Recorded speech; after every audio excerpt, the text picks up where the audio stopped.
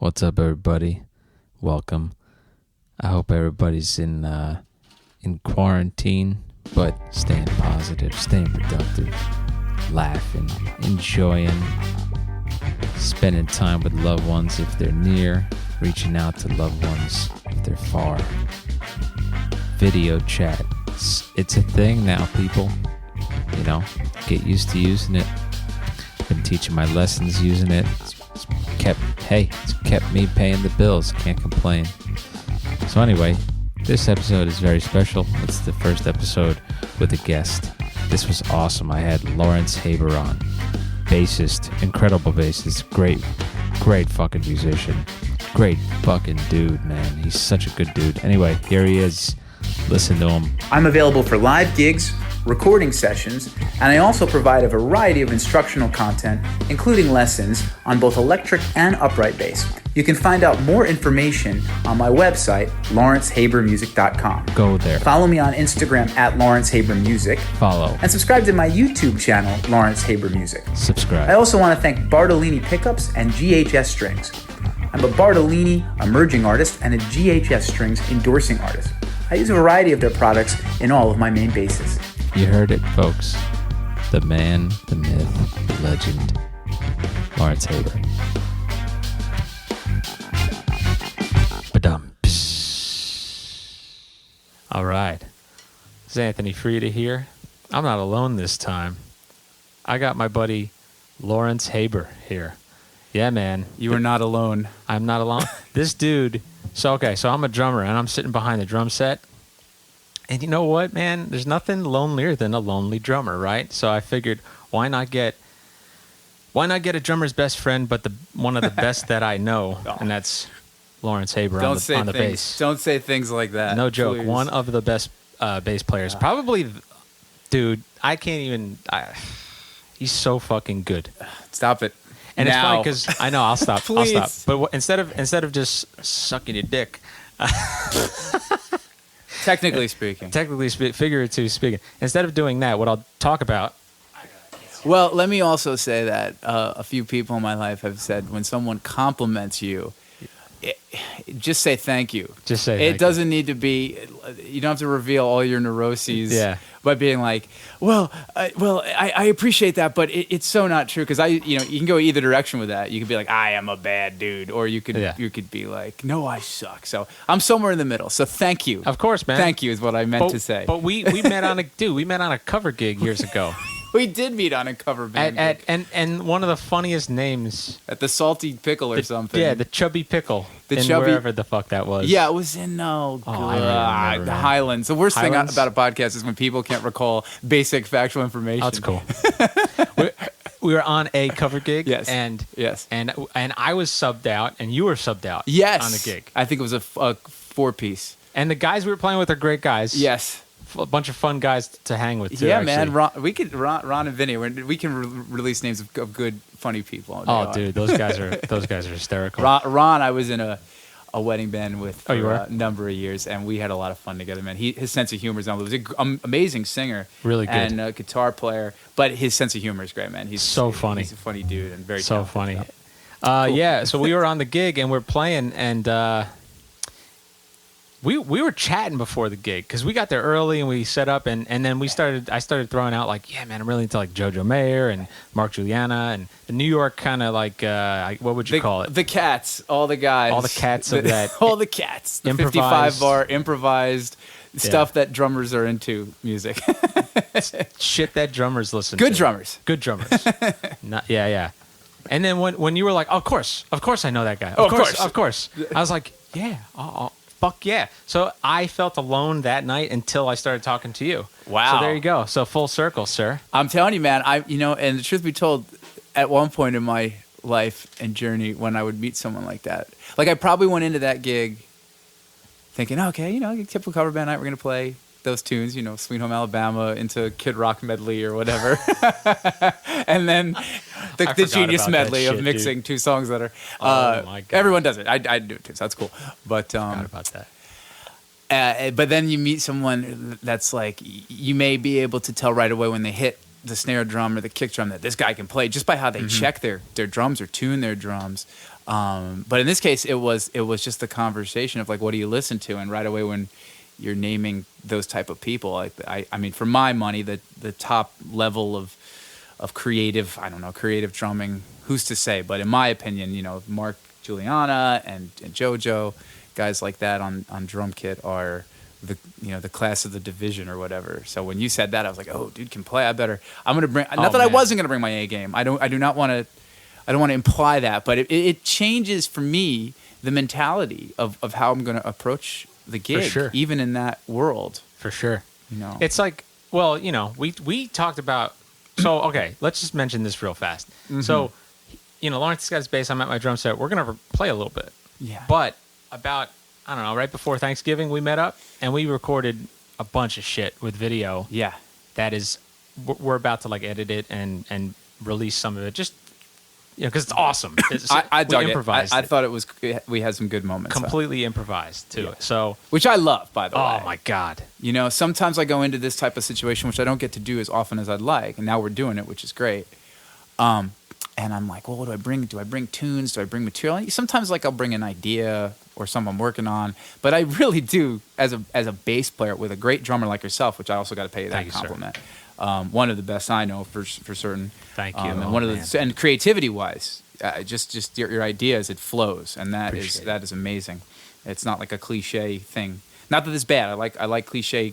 I don't know. I'm walking over my words here. I like drummers who play sort of what you expect. You know, sometimes Yes. the best thing to do Oh yeah, yeah. is what you know. Sometimes spoilers. You got to kill Iron Man at the end of the movie yeah. because that's what you're supposed to do in this narrative. This guy's not going to play like himself. He's going to play like what the drummer should sound like for this gig, For or the this gig. song, or But for sure. But you know, you have a creativity about your playing, and what I think jives well with me is sort of academic sensibility about your approach that I admire. And it's not just math; it's you actually come up with creative things that sound good at the end of the day. Appreciate So that. that's my compliment to you. As is typical, I lost my train of thought. So the yeah. jam we had. With the jam, So yeah. we came in, and like I love more than anything the fact that we just created right on the spot, bass line, chord, drum idea, or just a sound, and then boom, we've got a 2-minute piece. The first thing you started playing, and I'm kind of just getting the levels and all this stuff, and we were like, okay, let's do like a little sound check. Let's just mess around a little bit. That's no different than a band jamming for their sound check, right? Yeah. So we start jamming, and it was too fucking good right away to not hit record. That's cool. So it's funny, I have the video. You were recording on your camera. Yes. The whole thing. And then I think I have some on that too, maybe not. But I just started hitting record. And then now we have the material just from your camera, and I mixed it so that it blends into the audio that I recorded. Oh, right It's on. fucking dope. Cool, Actually, cool. It came out really cool because what we were playing the whole time was awesome. That's great. So that's that Zoom, you know, not interrupt you, which I'll No, it's probably do cool. It's 1,000 cool. times. It's all But and I apologize for that. It's okay. That Zoom Q2N camera, no promotion here. It's got really nice video, not unlike what's the thing called, the GoPro. But the audio for live pretty good. is really good. It's nicely compressed, and I can never get over how great live drums sound. It just doesn't peak out, and Yeah, like my phone did. so yeah, and that's the thing with the iPhone. I mean, man. they take great video. I mean, like 4K in your pocket is great. Even 10, whatever, all that stuff's amazing to me. The fact that they even exist is amazing to me. It's true. But the Zoom, the audio quality you get for releasing stuff on the gram or on On the YouTube gram, or yeah. whatever is pretty cool. And I'm glad you were able to get some of the room through the Zoom. Oh yeah, like man, that. it was awesome. Dr. and Seuss. and you know what? We started like, man, we started. So that day, it's like the last time we played together in person was like years ago. I threw like a Halloween party, and I hired you That's to play right. bass for that. That's and fucking, right. it was awesome. It's good to see you again. I hadn't seen you for a couple years. Yeah, right? that was a cool call. But like after that, not so long after that, I started doing my own like just doing videos, recording shit, editing together, posting it, and then eventually I got a message from you, and you were like, "Yo, I got some ideas. Can I send you something?" And you want to do like a little online collab, whatever. And that's how we came up with what we call ourselves the collaboratory or something. Yeah. So anyway, That we were w- doing that for a couple years. I was a late adopter on social media in general and all that stuff, and I really just it's so exciting to me that you can release things. It's never going to cease to amaze me that you can release things to the world, not unlike this, in real time, and can find your own audience. That's a whole other discussion that we can go down that rabbit hole or not. But you definitely are for me the type of guy when I see someone who's really doing things of quality. They're setting up the equipment, they're getting a good recording, and they're creative and sound great. I'm like, there's a lot of guys doing those type of collaborations online, drum and bass in particular. And so I was like, dude, we know each other. We should get in on this. I'm glad you did while that. The getting's good, you know. Because I'm less likely to do that with somebody. I'm less likely to be like, they probably don't want to. So I always feel that way, right? You know? I'm so glad you did it. Hey, guy in Brazil, I like how you play. Man. I recorded some bass on your groove, and dude, it was so you made it. it. Because just the thought of that, right? It's like, wait a minute, should I? Because you start thinking like, well, wait, should I really think this thing through, or can I just trust that I know what I'm doing enough, and then I do like 8-bar thing loop and send it to the person. What you did was, wait, did I send something to you first? I think, I wish forget. I'd remember. I think you may have reached out to me. We became like Instagram, whatever, followers, friends or whatever. And then I think you sent me a couple. You sent me a video, or I usually have a better memory than this, but I thought, I don't remember if I mean, it ultimately reached doesn't out to matter. you. But maybe you did. I'm going to give you credit. You reached out. You know what? But we figured out pretty quickly, like, this is straightforward. I can send him an audio file and maybe just take a video on my phone. And you graciously let me also shout you out with this. I mean, the whole deal here, the setup and the editing, it was all you. I mean, you're really great at the production end of things. And you talked last time we got together about workflow, which is like everything for me. If I don't have that going, like if I don't have my stuff set up in a way, it's like the invitation isn't there to do it. Isn't that crazy? It needs to, like, you've got this dope situation here. Thank you. It really, this is cool. Thank you. Especially with a kit set up. Kit set up. But it's a lot. You've got to have hard drive space. We were talking about. Yeah, we were just talking about that. Yeah, if you just hear like and a buzz, we're talking, or maybe we're laughing or playing, and all of a sudden it goes to black, like the end of The Sopranos. Yeah. Spoilers.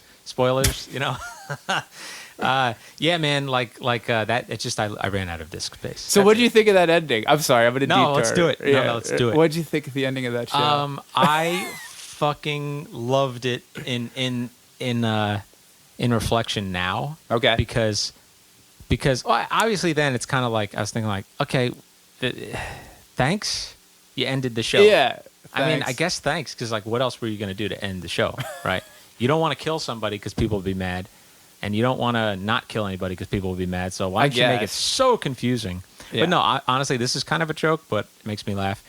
They were playing "Don't Stop Believing," right? They brought that song back. Oh man, and you know how I feel about that song, right? You're not a fan of it, or you are? I think we talked about it. I feel like I bitch about that song. Really? To every musician, I hate that song. You hate it? It's Actually, one of those. I have a complicated relationship with that song. Yeah. Because it's usually the last song in a wedding, and when I played weddings, I don't do them anymore. But when I played weddings, I would roll my eyes, but also be like, "Thank God we're here, though. We're at the home stretch." Oh, this is it. You know what I mean? Yeah. So I'd be like, "Oh, I fucking love that this song exists." This is your last day of school. That when the bell rings and you in that last period, and you're like, "It's over. This is the last period. Yeah. This is the last math class of 5th grade." so like, I mean, it's like that episode kind of is like how my mind That's feels. how you personally relate to it. It's like the song just gets cut off because I shoot myself in the head. That's my God, that's why classic. that's why I love that ending. It's man. I get it. Now I get why you did it. No, I'm kidding. But, no, I get why they did it. The maitre d' came in and put everyone out of their misery. We have different relationships with that world of wedding band, cover band world, but that's okay. We can go on. But as far as Sopranos goes, there was I guess someone online wrote this manifesto explanation, a whole thing about why Tony did get killed at the end. And everything lined up and made sense, and it was pretty clear that was what David Chase was saying. And for me, it was even simpler than that, because I don't think you should have to read something like that to get it. Although I do like that. I like going through the process, going through essentially the script of the entire series and seeing where the breadcrumbs were. I think that's cool. Oh, I love that. But in the moment, I don't want to do that. I want satisfaction, because I'm an uneducated viewer of pop culture things, and I need to know now what was that all about. Yeah. And I felt like the simplest explanation is he's dead because the show is about him. It's not from his perspective, but in a way, if he doesn't exist, then the family unit both family units that surround him don't exist. So it goes to black. In the moment that his life ends, there's nothing more to show, because the story of Tony and the Sopranos, both the mob Sopranos and the family, his immediate family, or whatever, ended. And I kind of liked that idea. But part of me is like, if you want to just do it, just do it. You know, even just the gunshot. I don't know. Oh yeah. Maybe, but then I also admire he used music to do that. The composition of that scene, I think, gave me more anxiety than anything I've ever watched. It's crazy, right? Or read. The little things, even like when his daughter comes in and she kind of trips. No, or something. She couldn't get the car into the parallel spot. That's right. And it was like really. I'm doing, I'm using my hands here, which is so dumb. But she's kind of trying to get in the spot, and she goes in. She parks how I parallel park, and she goes out, and she can't quite get it. And also, there was, I guess the show ended at 10 o'clock or something, so it was like 9:57.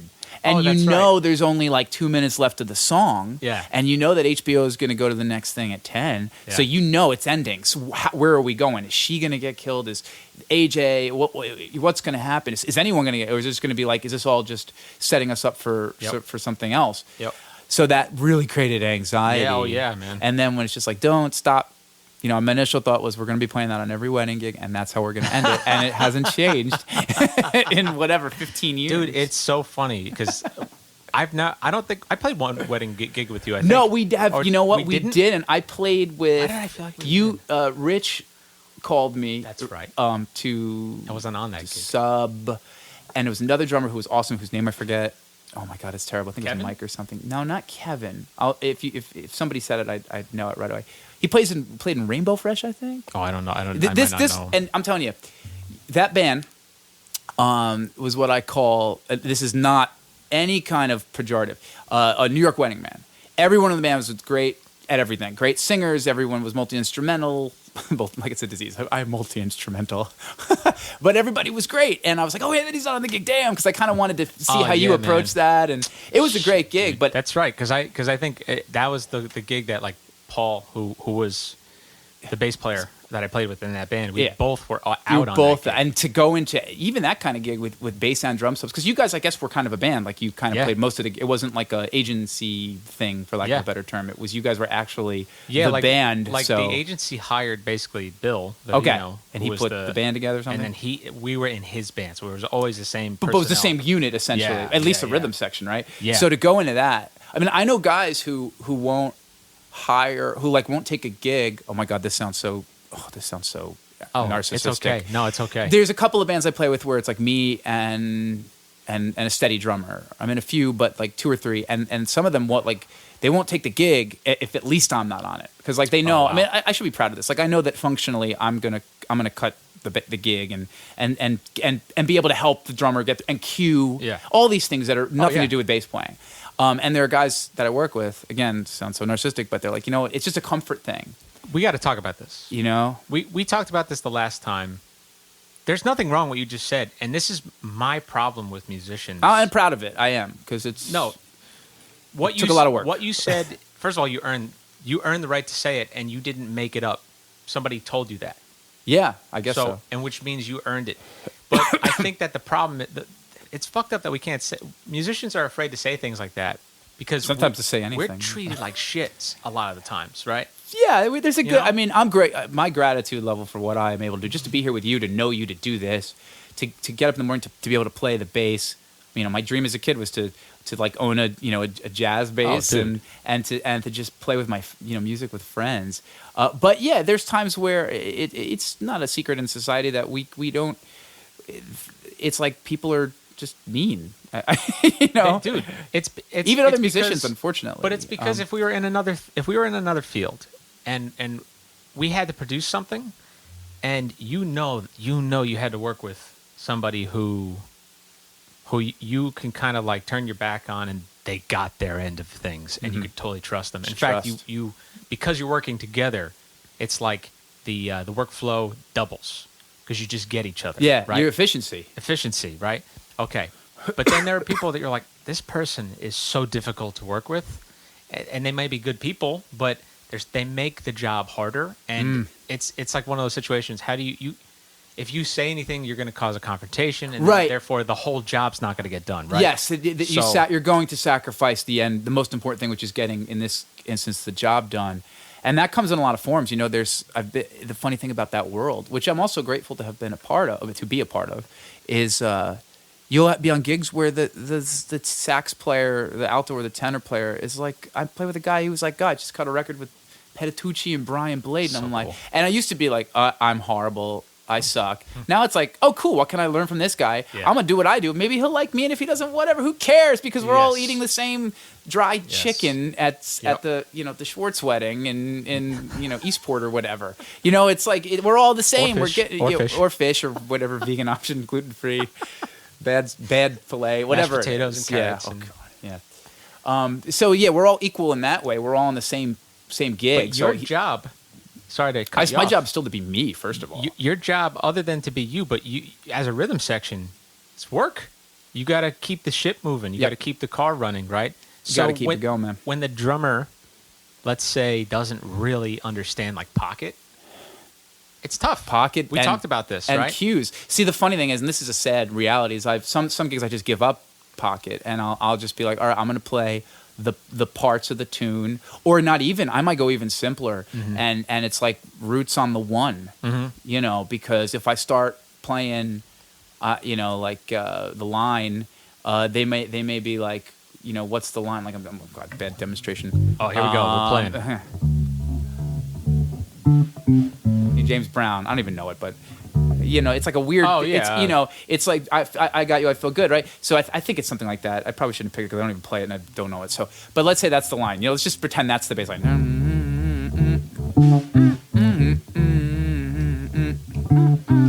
It's a blues, right? Yep. Now, if you got a drummer who knows the part, then you're like, cool, we can play the tune. But if they don't, or they play a different groove, or they might not hear the one, because. Yep. Or the end of one, wherever it's felt. So you might just have to be like, boom, boom, boom, boom, boom, boom, boom. And really, like, get your body. I'm doing this like crazy emoting right now. My whole body's moving. Yep. And so your drummer you could be like, you almost have to be like, one, don't lose the one, because if you lose the one, we hit the iceberg, and then, my God.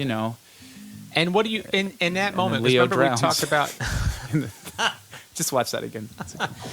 We talked about that. That's exhausting, and the part of your mind that loves music and then wants to maintain that standard. Yes, because you play to the song. Yes, the final product needs to sound good. Lawrence is not the only important person. Anthony's not the only important person on the gig. Right? Yeah, I mean, it's the collective and it's the context, and the collective has to agree that we're gonna get the, I'm mixing all these metaphors here, but we're gonna land the plane into the iceberg. Yeah. It's like, man, that plane was a good ride, except that one tire was deflated. Yeah, and then it becomes a terrifying. It's like that Twilight Zone movie with John Lithgow. He's looking out the window and he's like, I see it. It becomes like you're hanging on the whole night. Yep. And then there's also like, I don't want to sound bad. Yeah. Like, I don't want, because there are people who might think you're the one. Yes. That is making the mistake because you're trying to, maybe I want to play the I feel good bass line, and I'm sticking to it no matter what, because that's the part. There are a lot of guys who are like, you have to play the parts. I'm like, yeah, but if the drummer can't hang, so to speak, or the piano, or whoever, or the singers are tripping, you gotta make it work, because you know what, the crowd doesn't know. They don't know. Bootsy's not in the audience, and he probably don't even know it. They're just gonna say this band was Yeah, they're not it's about the drummer could have been better. My favorite compliment for any band is that it was tight. Yes, especially from people who aren't musicians, or just people who are just maybe casual listeners who know a little more. They're like audiophiles or something. Yep. They're like, you guys were really tight. I love that, because it's like, especially when it's a band of like mostly subs. I love, because it's like you really proved for me your wares. Is that what that term is? I always use like sayings that aren't even real sayings, and I get them wrong. And then people around me start using sayings after this. You're gonna prove your wares. I don't know what a where. Prove your who's and your what's and your wares.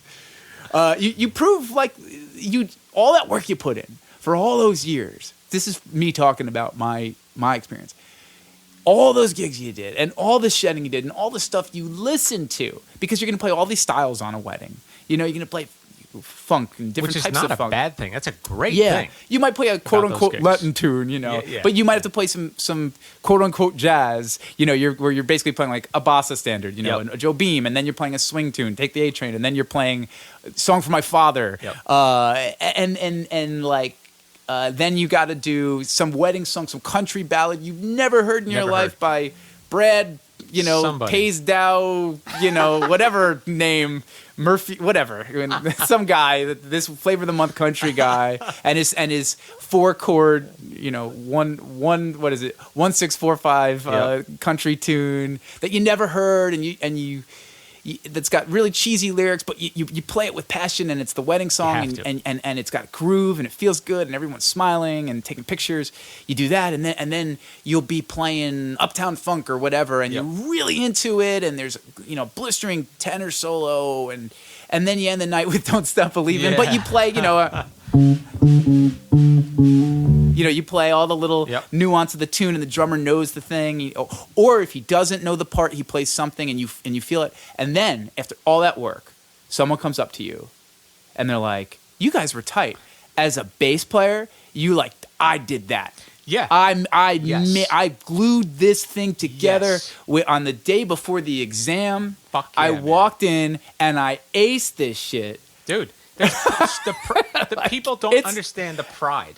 Yeah, it's like, oh my God, like it's worth it. All of it was worth it. Yeah, I did all the stuff that I read in Bass Player magazine as a kid, and you know, and all the stuff I heard on records. I was and that I've read about, you know, all the recording sessions that I'm fascinated by. You know, Muscle Shoals and Motown and all that stuff that floats around in your head that becomes who you are.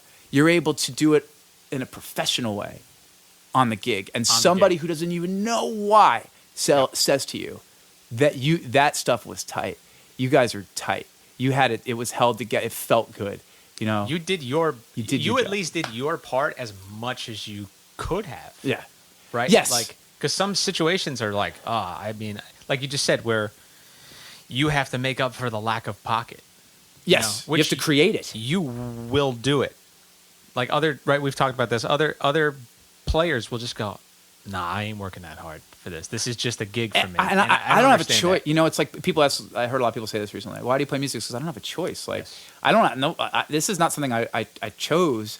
It's it's just what I have to do. You know, it's just not a choice. I love it. It's not even love. It's just what I have. It's why I'm here. It's what I got to do. I got to do this. I got to live this bass life. The passion, but the passion burns. The passion, but it hurts. It itches. It's very not satisfying to live a life where I'm not picking up my instrument every day, whether it's a gig or transcribing or taking a lesson, which I've been doing.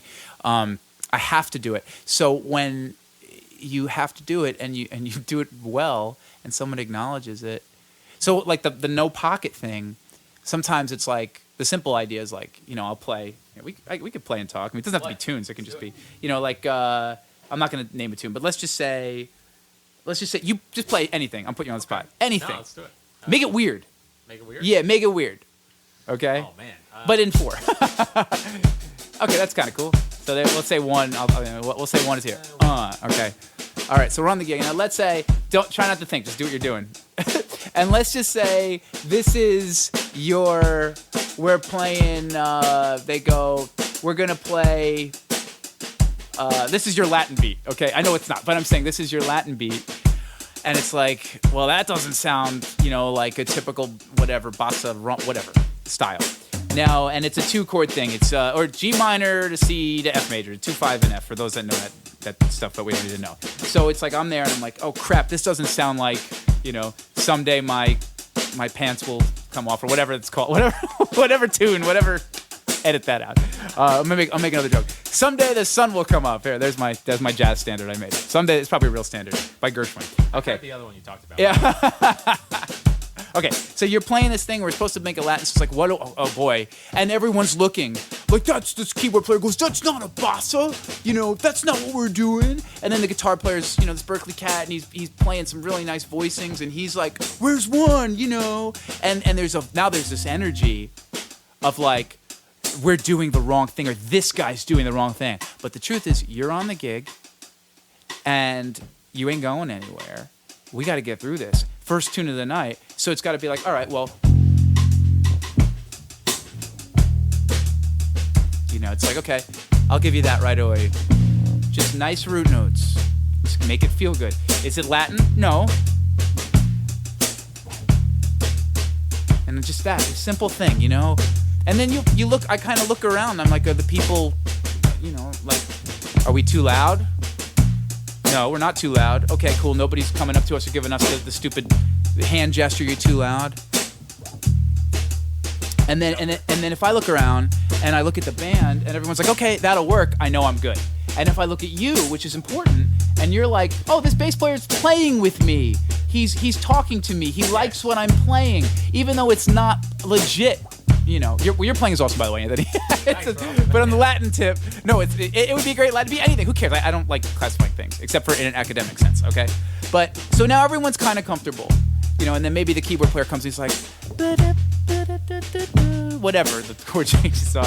And then we all kind of look and there's the singer, and she's going to do her Ella Fitzgerald thing, and I look at her and I'm like, just smile, and then she starts singing and we're good, and then maybe like this is the verse and we're chill and we're just playing G, C, F. It's hard to play and talk, and I'm playing this 2/5, and then maybe the solo comes in, I don't change it a lot, because I don't want to freak you out. Now, here's an obvious thing. When people talk about Pac, it's so hard to play and talk. When they talk about Tupac, X-Pac, for the wrestling fans. That's right, X-Pac. We're X-Pac. Okay, so we're doing this in theory. Now, let's stop for a sec. We know what we played. Okay, we developed this whole thing. So we're playing this groove, and when people think pocket, or Pac, as we call it in the trade, they think of the kick drum and the bass locking in. Now, if that was, I guess, sort of supposed to be a bossa, on the wedding band, that would be, we're playing a Latin thing, which usually means like a bossa, blue bossa, girl from Ipanema, whatever. Mm-hmm. So, boom, boom, boom, or a samba or whatever. There it is. Ladies and gentlemen, welcome to the beautiful... they're doing that. PTSD. PTSD, that's funny. The kick drum's going to lock in right away, but you know what the truth is? That may not happen on that first tune, and it may not happen all night. Mm-hmm.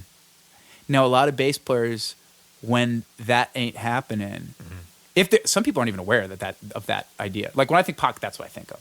Pac, again, pocket. When I think pocket, that is what I think of. I think of the bass and the kick drum locking in. It's so much more than that. It's much deeper than that. Like groove, these nebulous terms people use. Mm-hmm. But for me, when I hear pocket, if the simplest way to get a pocket, like on a wedding band, a club date, a casual. I love all the Carney terms. On a casual, on a formal. When Weekend Warriors. When people, that's the voice I use when I make fun of terminology. By the way, when people think of it, it's real. That's the simplest way to get there. Yeah. The simplest way is okay. If we lock that in, with an established pulse and tempo, and we're not dragging or rushing, then we're generally good. Yeah. You can't go wrong with that. That'll feel nice to people. But the truth is, whether it's because the drummer just doesn't know that, can't hang, or is doing way too much for this gig or any gig. It's a nightmare. I'm going to play this cymbal, and I have my splash cymbal, and I have my cowbell, and then I have my cowbell cymbal, and then and they bring out the classical percussion to the wedding band. When I see a splash cymbal, dude. When I see a splash cymbal, rototom. In the audience, I'm going, oh fuck. It's not I don't think it's a very pleasant sound. I don't, it just weak doesn't to do me. anything. Yeah, it's just there. And you just know that they want to be they want to be fancy. Yeah, it's like some shit. And you know what, dude? The truth is, you know Bobby Lewis? Robert Bubby Lewis. He's kind of a super shredder bass player. He's a great bass player, great musician, and he plays like 6-string, fretless 7-string, and he makes great music. He's lyrical, he's funky.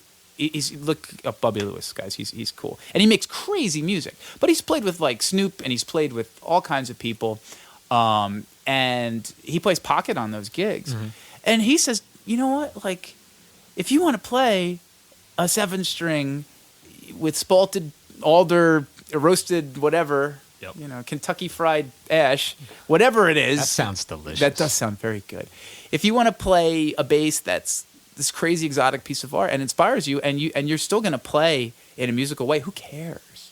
Yeah. You know, the bass player culture, it's like some people are like, you have to play 4-string because that's what Jamerson and Jocko played. Then there's guys who are like, well, why wouldn't you play 6? You know, Petitucci could play a 6 and play all kinds of. It doesn't matter. It really doesn't. Way to limit yourself. I was on a gig recently, and a dude was like, "Oh, you don't play. I brought this, my old 4-string made in Mexico Fender Jazz with all kinds of Frankenstein mods and whatever." And he was like, "Oh, you're not playing a 5?" And I'm like, "I mean, I can." I made this joke recently. I can play those 2 notes on Uptown Funk up an octave. It's okay. Like, well, there's no difference between. I'm tuned down a whole step. Yeah, I'll play it. Boom. Let me put the octave right. There it is, just for fun. So that's on the 4-string down low. Play it again. Now with the octave art. You know, I'm playing it up an octave, but without it. That's fine. Totally fine. I like it better. Cleaner. You know, I could do that. I'm overplaying, but the idea is, it's not that part. Yes, it's an iconic bass line in this very popular tune, but if I'm more comfortable, if I'm going to give you, I mean, I love 4 and 5. I play more 5 than 4 now, but if I'm going to give you, if for the night of the gig, I feel like playing my 4-string jazz, and the only thing that's really going to be sacrificed are those 2, is the low A and the low, or whatever, low G and low F on Uptown Funk, because it's like, you know, don't come over and don't vibe me out. Yeah. Like, oh no, now I'm thinking the whole night, like, am I supposed to be going, you know, on every tune? Like, I just want to play bass. You know, this worked for the last 60 years of recorded music. Going back further on the upright. Bro, if you were playing with Bruno, then you get to think about that. Well, Jamario, who plays with him, Jamario Artist, who's a monster bass player, one of my favorite bass players in the world, plays a 4-string like 90% of the time. Oh, he does? Oh, yeah, with Fender Jazz or a P. And see? And you know what? But the way it's EQ'd and his choices and his musicality and the way it's brilliant. Does it feel good? It always has to come back to that. Does it feel good? Dude, I mean, it's food. It's got to be as simple as food. Does this taste good? That's exactly. I mean, we're like so on the same page with that, and I'm trying to achieve that. We talked about this when we got together last time. In every musical situation I'm in, and if the challenge is the drummer can't hang, so to speak, or the singer is pitchy, or the audience doesn't care at all, there's no reason at all why I shouldn't just focus on making it feel good. What would be wrong with that? We're in a dive bar, and it feels good. The dive bar might be a dive bar and have the best hamburgers in the world. You know, my dad used to take me to Brennan and Carr, make roast beef sandwiches in Brooklyn. That sounds good. Yeah, like you ever hear Roll and Roaster? It's like a much better Arby's. It's like old school New York Arby's roast beef sandwiches. Sounds so good, man. With the gravy on the it's it sounds so bad good. for you, but it's so good. But the place is like, you know, shout out to Brennan and Carr. It's an old place. It's not much of nothing. You could fit maybe 6 people in there. Yep. But you know, but you go there and that's part of it. So if we can take the dive bar gig we're on and make it feel good and have the one guy be like, you guys were tight, or that felt great, or you guys are really good, you know, I know, and then and start saying things like empathetically, like, I know nobody's here, but like I don't want any of that stuff to vibe me out. Dude, good for you. We're man. here. We're here for 4 hours, 9 to 1. You are a very positive dude. I gotta be, dude. Well, I'm not always, believe it or not. Compared to me, you're very positive. But it comes. Well, I admire your across, choice to focus on other things. It's brave of you. But that's why every time how about this? Every time I'm playing, I don't know if I can guarantee if I'm not into what I'm playing that it would be good. How about that? But Well, if you're not into the song that you're playing, let's say, but it's on the gig or whatever, I know I'm 100% confident that you're not only does it feel good, but you're having fun with it in some way. Yeah, because I'm 'Cause you here know. and I might as well. You have to. And also, it is a job. It's a job. It's a craft, and I think a lot of the people that I admire and read about and listened to growing up, the people like Petitucci or Willie, Marcus Miller. I'm going to forget people. Doesn't matter. They're really about craftsmanship, and they're artists in their own right. But if you're playing on someone's gig and you're taking their money, or you're gonna lay down a bass track on their song that's gonna be around forever, and they wrote it for grandma who just died, then fix the pipes. Yeah. Don't let there be a leak. Do the man. job. Like, do the best you can. I'm not criticizing you. I'm looking at you. No, I mean, like, that's always in the back of my head, that pride of like how this could go away in a minute. yes. Like Yes. this place could shut down, or this band could break up, or people might not be able to hire musicians in the state now. Whatever. All these crazy things can happen. We're so lucky. We are. Yes, it is unfortunate. We are underpaid. That's a universal thing. And things are only getting worse in that regard. And people might want to cut your pay, or there's a lot of stuff. crap. There's a lot. But I gotta live in the present on the gig to the degree that I can for myself. Yeah. Yeah, you're the type of player too think. that you right, yes or no, confirm or deny. But when you're on the gig, you want to grow that night. Always. I got to find something. I mean, I do that. I try and do that every day. And I hate putting myself over, so to speak, and like, I feel like so Say it, narcissistic. man. Say it. I need to be inspired every day I pick up the instrument. Let me also shout out a huge inspiration to me, who we've talked about, Yannick Wisdala. Yeah, that guy's great. He's a great player. And like you, he chose to choose sort of the artistic endeavor and the original compositional, I don't know, whatever you want to call it.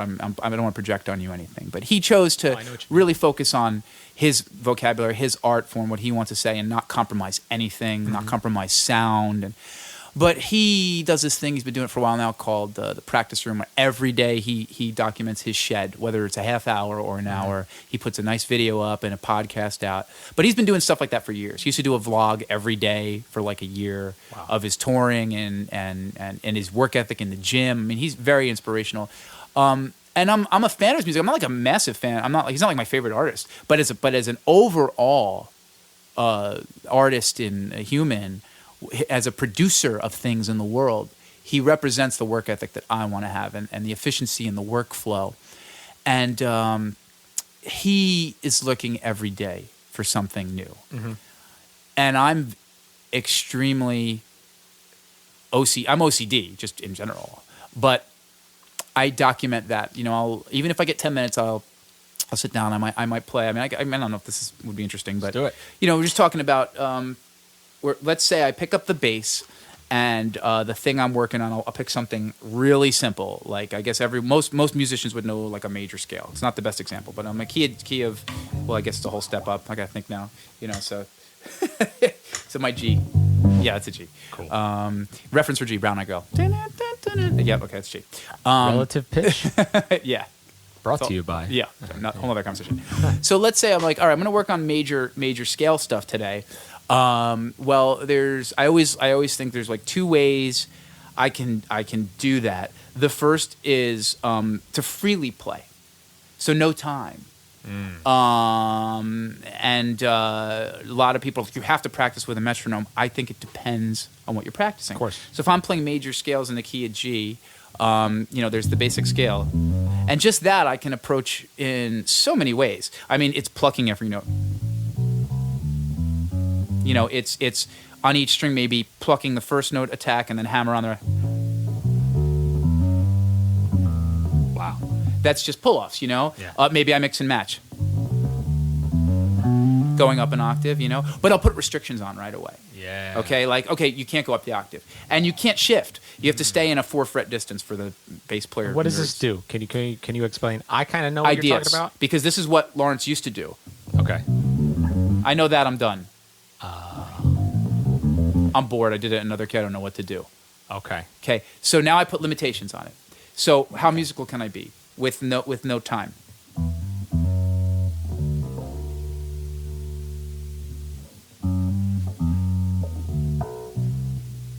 You know. Keep going.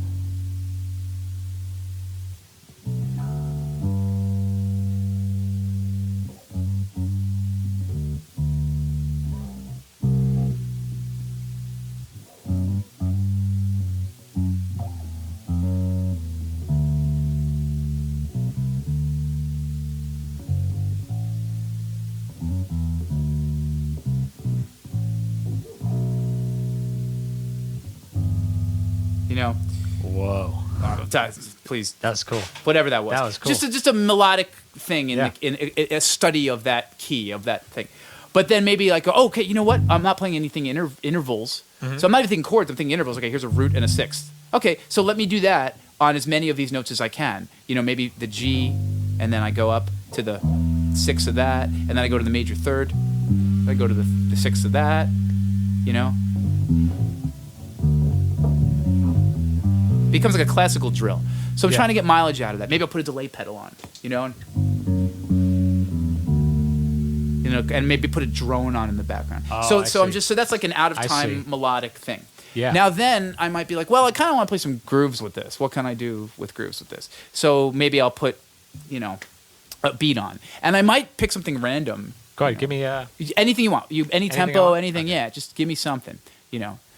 So it's like, it's great. I love it. So how can I, like, what can I do? It's like I'm stuck in a harmonic palette, but I'm not stuck. What I'm given is colors and choices. I have here the basic scale, you know, root to octave, but I also have the major seventh down here, okay? And then if I want, I can take it up. No, I'm going to restrict myself. I'm going to go from the octave, G to G. So I've got all that information. I've got intervals within that that I can use to paint with. And then I've got dynamics. Yeah, Hello, big- you know? big part.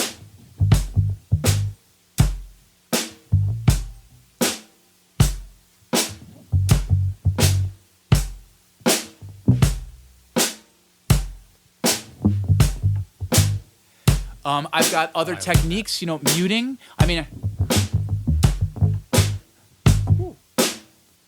muting. You know, I've got, you know, false harmonics.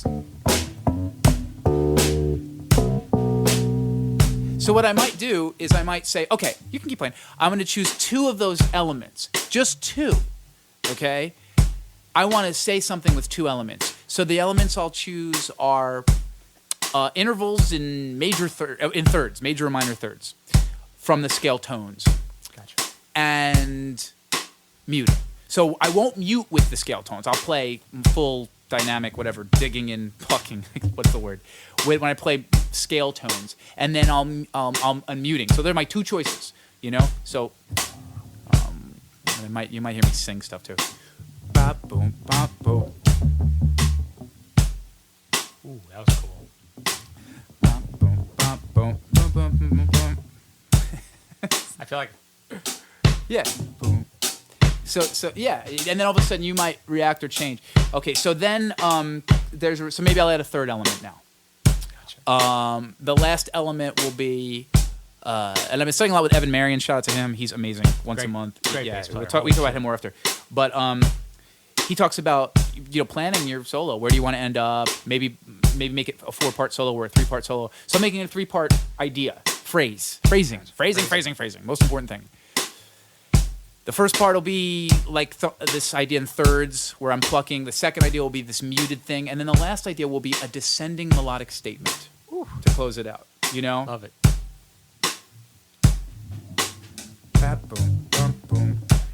Boom, boom, boom, boom, boom.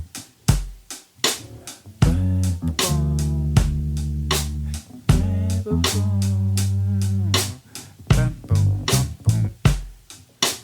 Boom, boom, boom, boom, boom. Bam, boom. Bam, boom, bam, boom.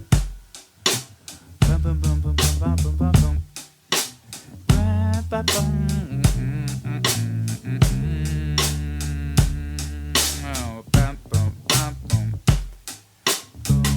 made it a chromatic thing. Oh wow.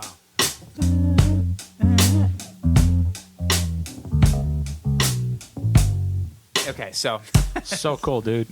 I don't know if any of that was any good. No, it was. I'm not It was fishing very for cool. compliments, but I'm saying I mean, like, let me just add because, from a guy who tries to doodle on the piano and produce just like a riff or something like that, sometimes I get stuck. Like, what do I even do? what am I doing? Yeah. But that system, you had like sort of like a limited idea, and then, but I don't know. I guess it almost streamlined the outcome of whatever content you were trying to produce. Yeah, I I guess. guess. I mean, You know what I mean? it's something.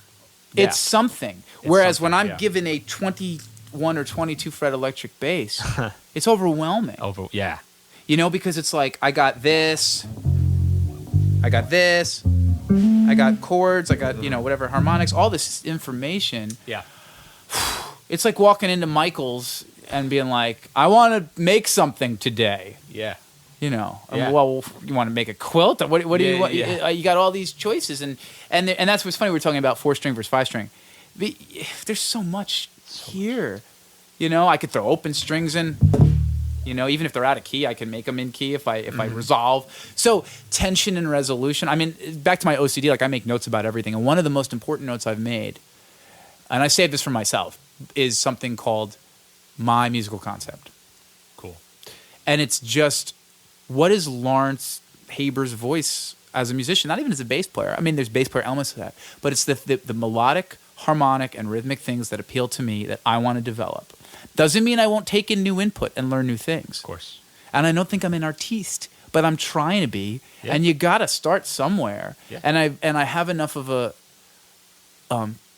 a history and palette and library of things that I have listened to and like, and life experiences, that I feel like and you should do this too, listeners at home. You should decide what appeals to you.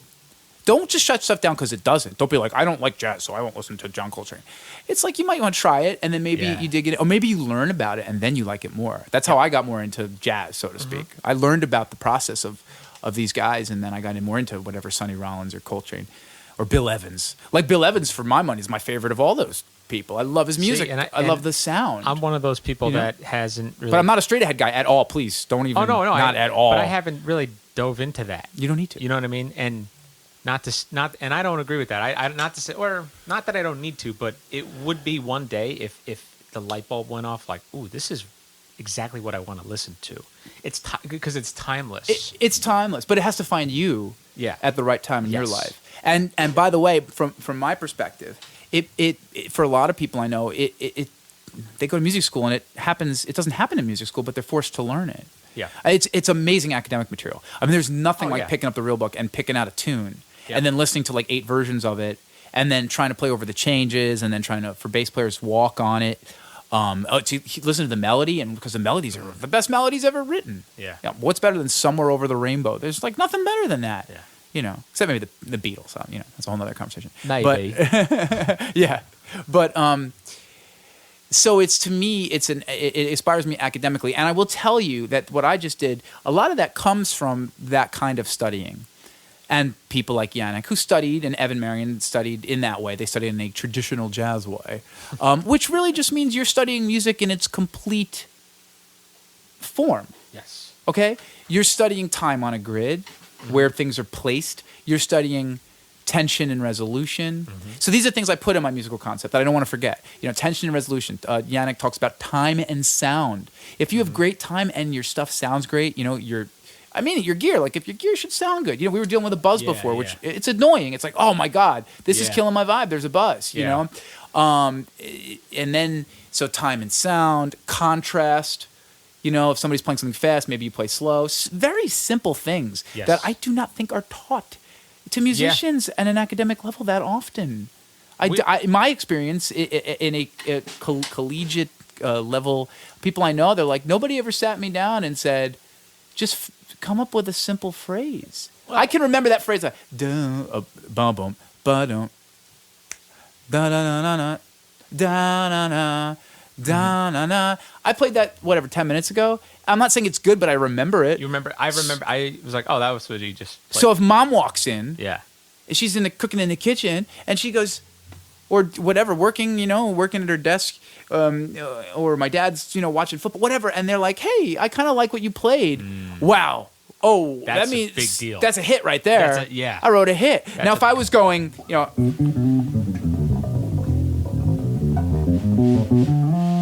like it's like John Petitucci. There's a John Petitucci documentary where I think his dad or somebody used to hear him practice that, and he'd yell in the background, "Scales!" Oh wow! Just like he's just hearing musical algorithmic, nothing nonsense. There's a space for that too, technique and developing and hearing stuff, but it's not music. That's and I say this to drummers, by the way. Oh, dude, sorry, drummers. No. It's so deserving to have to say that because, and by the way, I want to add this because the shit that you're talking about. I'm talking so much. I'm so sorry. No. The shit I mean by the shit, the content that you're talking about is somebody could listen to this and go, oh, Lawrence, Lawrence is really opening up my mind to how to practice. Okay. Well, I hope that happens. That'd without a doubt. Okay. Without a doubt. Okay.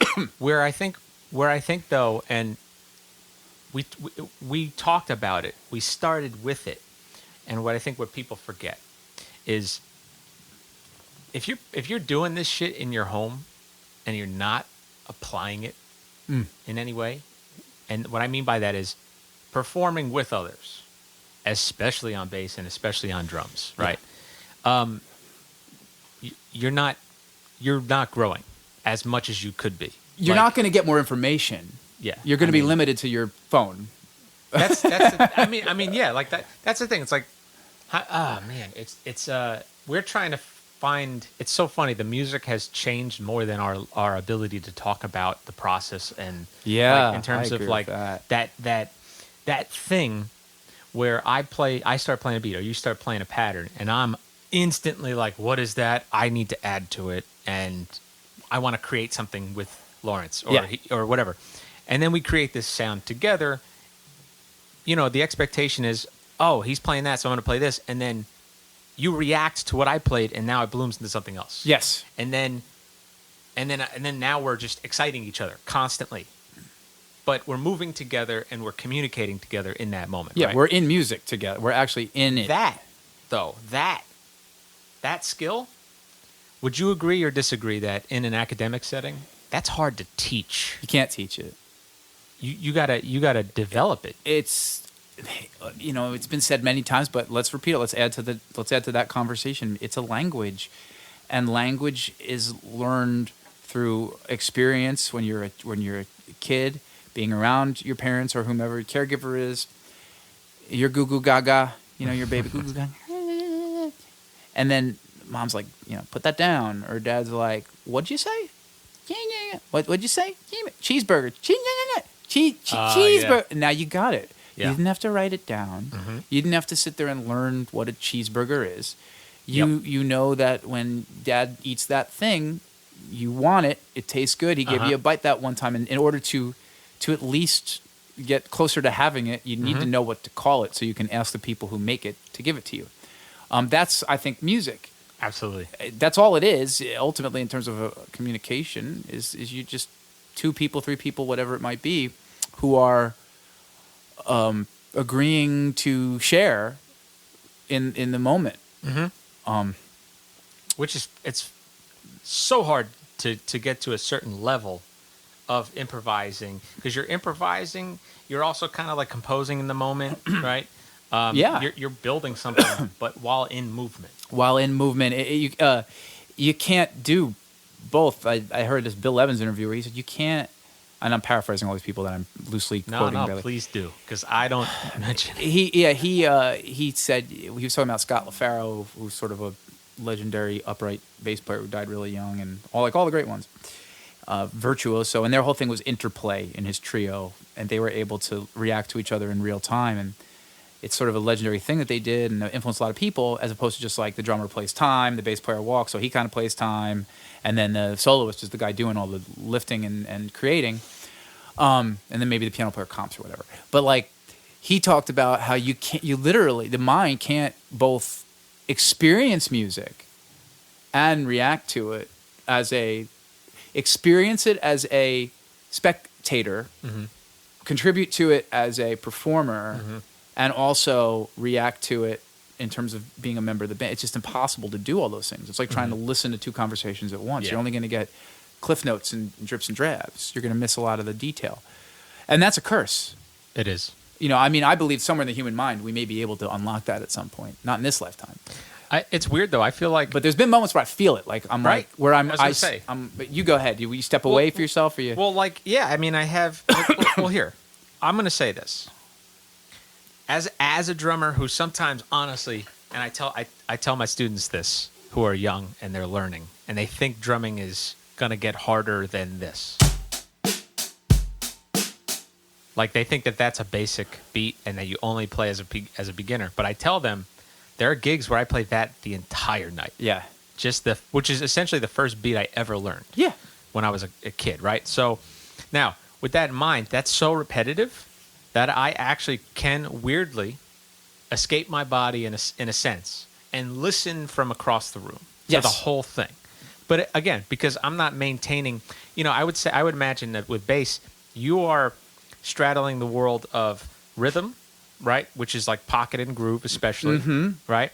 And then also harmony, intonation and harmony. Yeah. Oh yeah. If you're out of tune, just a little bit, it will throw things off. So you have like the level of importance that you're juggling and responsibility as a bass player. Yeah, it's high and it's unrecognized. That's the very much so. It's the biggest joke, right? Bass player jokes, they're the funniest jokes. If you drop out or you hit a clam in that low register, it's like an earthquake. Yes. The audience and the band will look at you, even if you don't make a mistake. If the guitar player goes and plays a weird voicing a half step away from your root note, they'll look at you like you messed up. Yep. You know, if I'm going, I'm gonna try and play a groove, like a real like fat groove, like you're really like we're on the wedding and the people dancing. What is it? Yeah, there it is. Okay. All right, everybody, here we go. Oh.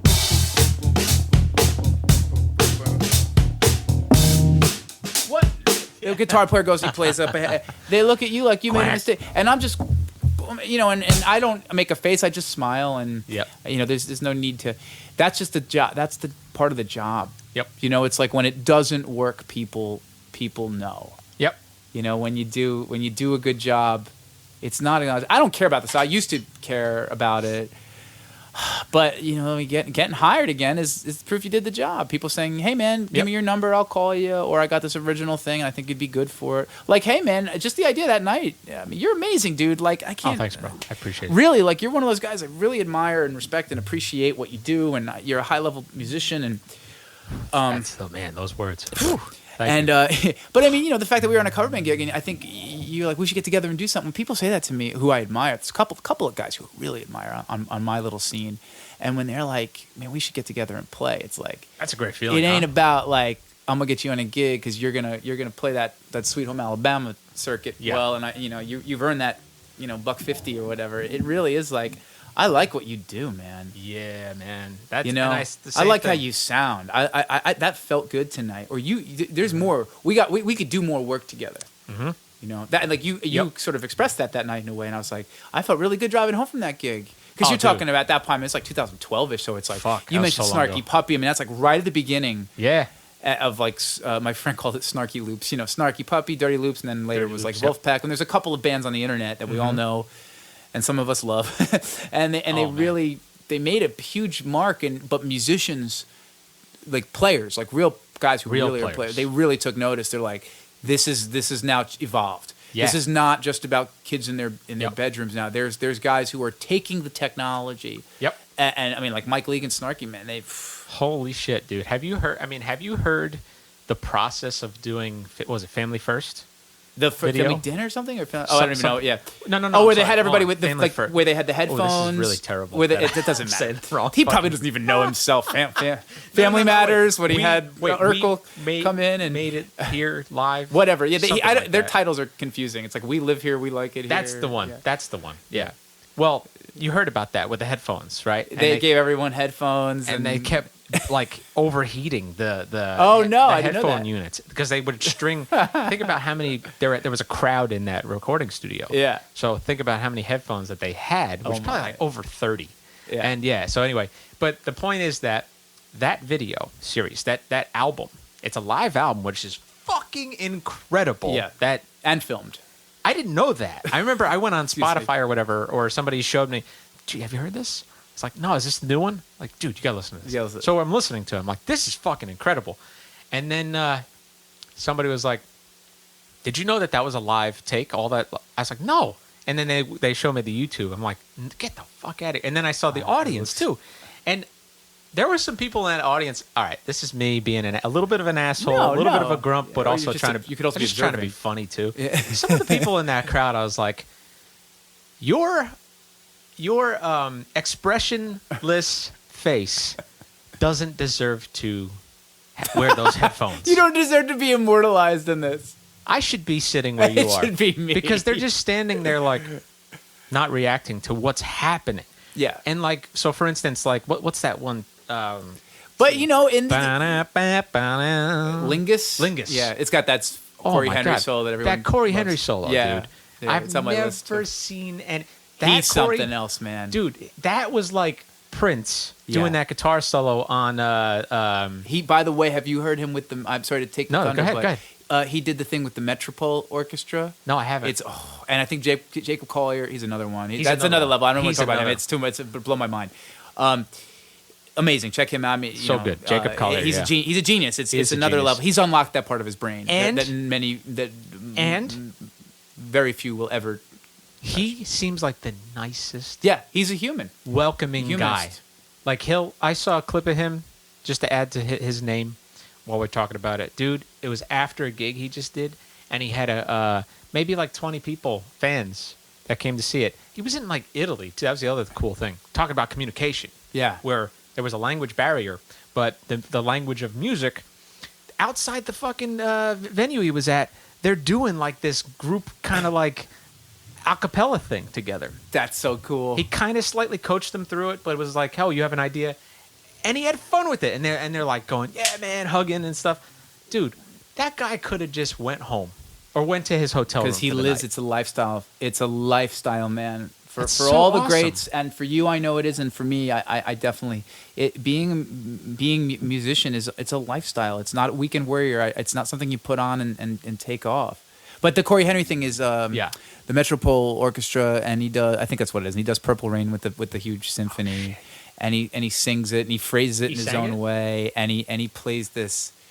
I think he plays the guitar solo on Really? synth, like note for note or something, and it's tear. It gave me tears. Like I saw, I think it was after Prince died.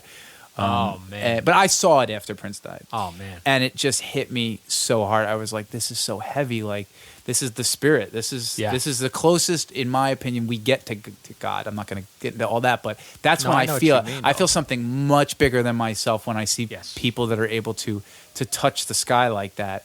And but in the opposite of that, my favorite thing that I've ever seen that collective do is a trio of Corey Henry and Mike Legan. I forget the drummer who was on it. Maybe I'm not gonna guess because Was it like Sput? I don't Robert know. Sput or Larnell? Or... Might have been him. Yeah. Anyway, but they play Continuum by Jocko. And he's playing okay. Rhodes and Mike Lee's got like the P bass with like an effect on it or something, and just it's the intent and the passion and the way it's impossible to describe music. It's like somebody once said dancing to architecture. You can't really describe it well, but you know it when you see it, Yes. and feel it. Yep. And the way that as a trio they were all investing in each other and the sound that they were making. And it was just a small group, a little trio, playing this beautiful piece of music by one of my favorite composers and bass players, obviously Jocko Pastorius.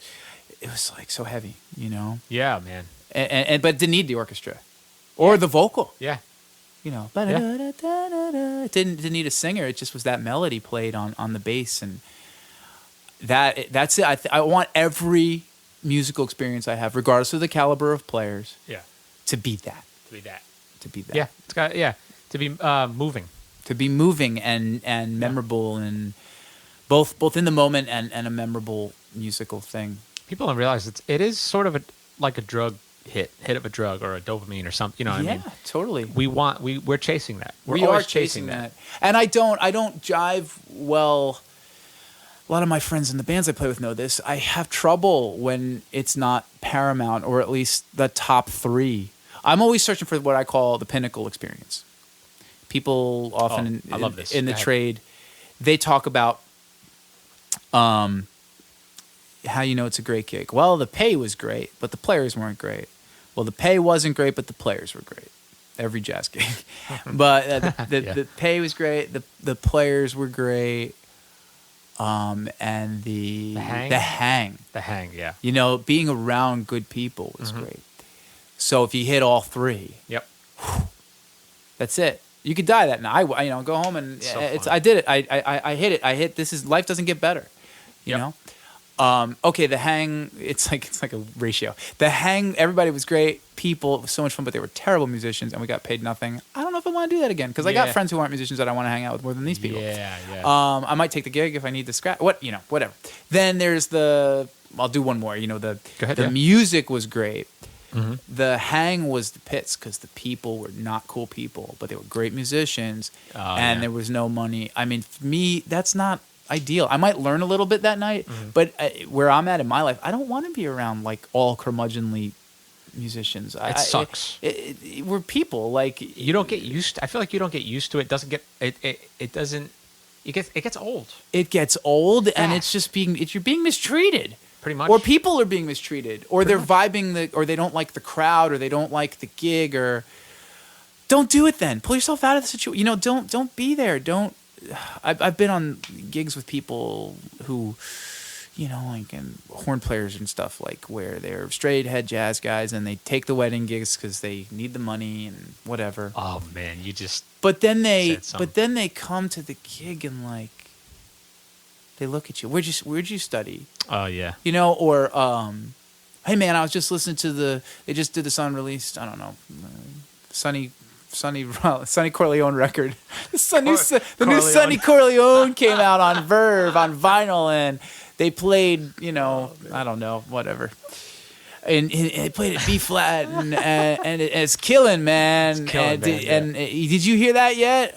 I'm not familiar with that artist. Okay. I get it. Oh, you're one of those guys, you know. Nice bass, by the way. You know, well, you don't have a P bass. You know, it's just like, wow, this guy's like. He's being a bad person. Like he's like judging me and the people. Why? It's kind of why? Don't do that. Isn't it funny how? What are you doing? There's a jock in everything. Yeah, he's the jazz jock. You never escape Double jocks. J. Never. Nerds and jocks.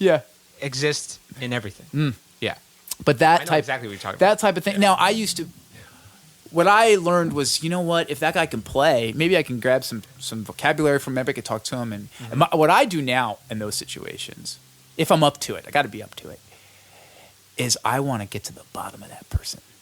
Yeah. I want to pull him aside. I'm not going to confront him. Yeah. But I want to be like, that record you talked about, what's it like? Oh, it's like this and that. Oh, I know that one. I'm a fan of you know, this or that, Coltrane or whatever. Oh, yeah. Yeah, but when you brought that up, you seemed like I wouldn't get it, or what made you feel that? Oh, damn. Well, it's no, it's cool. Explain it to me. I can understand, because I want to learn. If you're a great player. Yeah. And I like what you played on Chicken Fried. I like that lick you played at the end. Oh, you heard that? Yeah, man. It's like I heard that. It was like diminished thing or something. It's like, well, no, it was this. It was actually this. I was like, well, but I liked it. And I'd like to actually learn it. You know, can you just show me that? I mean, you get people in that situation, and all of a sudden they become human. Yep. You know, they want to talk about themselves, and they want to talk about, they know you're listening now. Mm-hmm. And they lose their power over you. But more importantly than that, you can develop a relationship. I've made friends like that. Yeah. You know, doing that kind of thing. It's powerful to know that somebody is truly listening to you as an individual. Yeah. Not just your playing, but the things you said. Yeah. Because I'm burdened with being, I think you might have this too, being very observational about people, and people don't remember I couldn't even recall how we met, so what am I talking about? But Dude, I mean, Jesus Christ, I think I flipped the story. I don't know. It know what I bothers me mean? that one of my best friends always tells me that It's I so misremember a joke that I thought was my joke, but it was his joke or whatever. But it becomes part of the collective.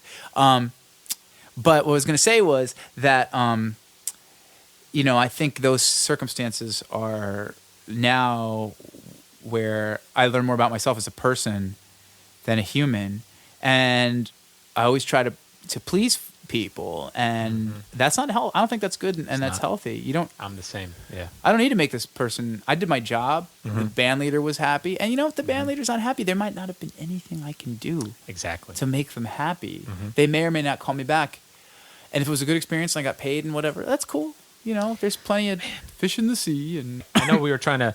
so you start something here. Sure. I'm just gonna. All right. Just see what happens. Let's see. All right.